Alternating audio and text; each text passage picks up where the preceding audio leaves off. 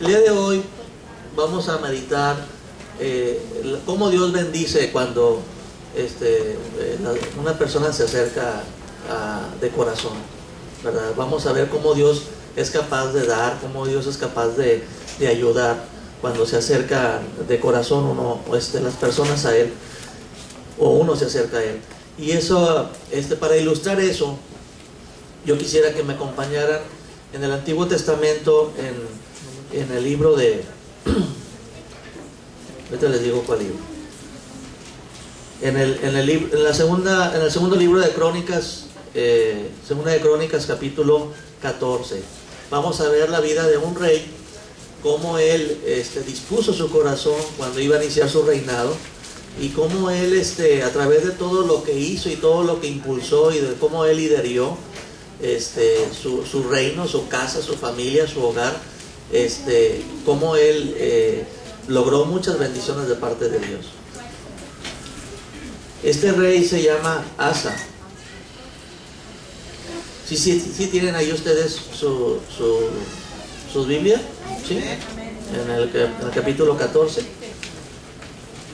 Bueno, antes de empezar a leer en el verso 1, me gustaría compartirles que este rey que estuvo reinando en Judá, ya para entonces ya estaba dividido el reino.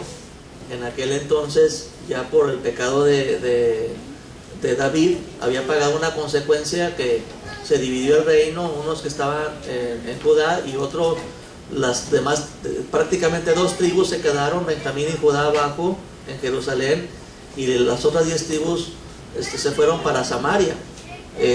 Y ya prácticamente había 2 reyes simultáneamente, unos que gobernaban el reino de Israel en el sentido de donde estaba Samaria, y otros que estaban acá en Judá, donde estaban dos familias, que era la familia de Judá y la familia de Benjamín.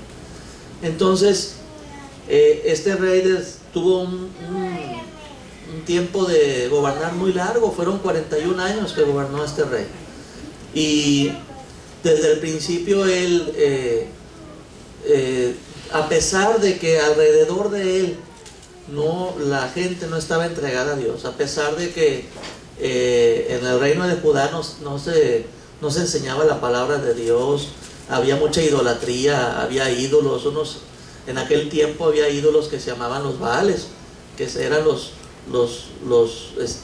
se llamaba Baal, el señor de diferentes ciudades, y había una especie como de idolatría donde adoraban a Baal, y luego había una deidad femenina que era la Acera, ¿verdad?, que era de la fecundidad, y había un hijo que la deidad femenina tenía. Nos da cuenta que era el papá, la mamá y el hijo. Así era una idolatría muy marcada alrededor. Y el pueblo de Judá y el pueblo de Benjamín y incluso Israel, que estaba, la otra parte de Israel que estaba en el norte, en Samaria, todos eran bien idólatras, no había quien buscara de Dios. En ese tiempo Dios comenzó a trabajar en la vida primeramente de este rey, y él como líder, como a nosotros nos toca ser líderes a veces de casa, ¿verdad? Lideramos, tenemos influencia sobre otras personas. Él no nada más se quedó con adorar él, que decir, bueno, pues que los demás adoren a los demás ídolos, yo voy a adorar a Dios aquí a escondidas. No, él influenció, él motivó, él estimuló siempre que buscaran a Dios de corazón, a Jehová Dios, y que adoraran a un solo Dios, y que dejaran todo el pecado, que fueran fieles a Dios. Y Dios premió esa fe de lealtad y fidelidad. Dios la premió de una manera muy hermosa, y es lo que vamos a ver el día de hoy. Dice así la palabra de Dios en el verso 1. Dice: durmió Abías con sus padres y fue sepultado en la ciudad de David, y reinó en su lugar su hijo Asa, en cuyos días tuvo sosiego el país por 10 años.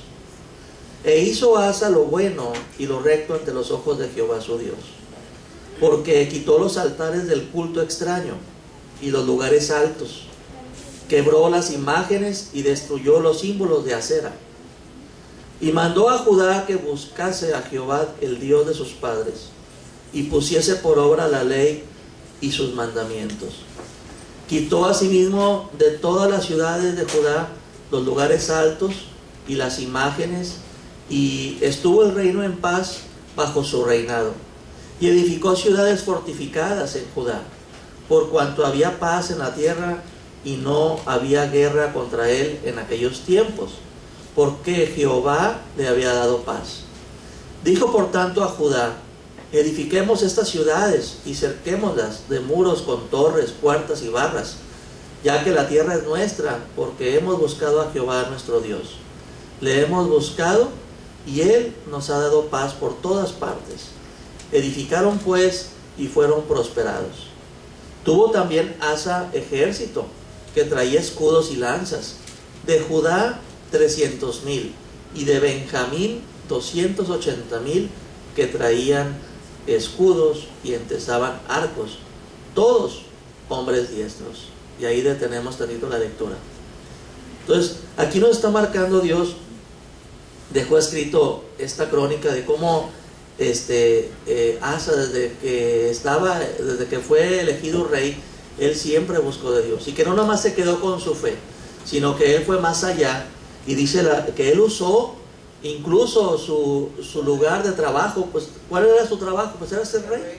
Entonces él utilizó su posición, él utilizó donde trabajaba, donde laboraba, él utilizó su poder que tenía, la influencia que tenía, para influir sobre los demás a que le dedicaran su vida a Jehová Dios, el único Dios verdadero, que dejaran a un lado todo lo malo. Por eso vemos que en el verso 3, en cuanto a que él pudo influir, él quitó todos los altares del culto extraño y los lugares altos, quebró las imágenes y destruyó los símbolos de ceras. Él quitó todo eso de lugares públicos. Ahí la gente iba y idolatraba, buscaba lugares frondosos, altos, ahí ponían imágenes, andaban buscando lugares donde estuvieran montes altos, y ahí tenían sus invocaciones a demonios.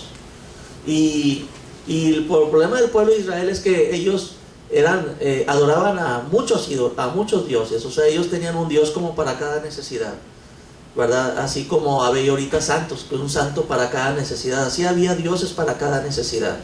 Y además de eso, como estaban acostumbrados a ser politeístas, o sea, eran personas que estaban acostumbradas a tener en su corazón diferentes dioses, pues no les estorbaba que también tuviera un pedacito de su corazoncito el adorar a Jehová Dios.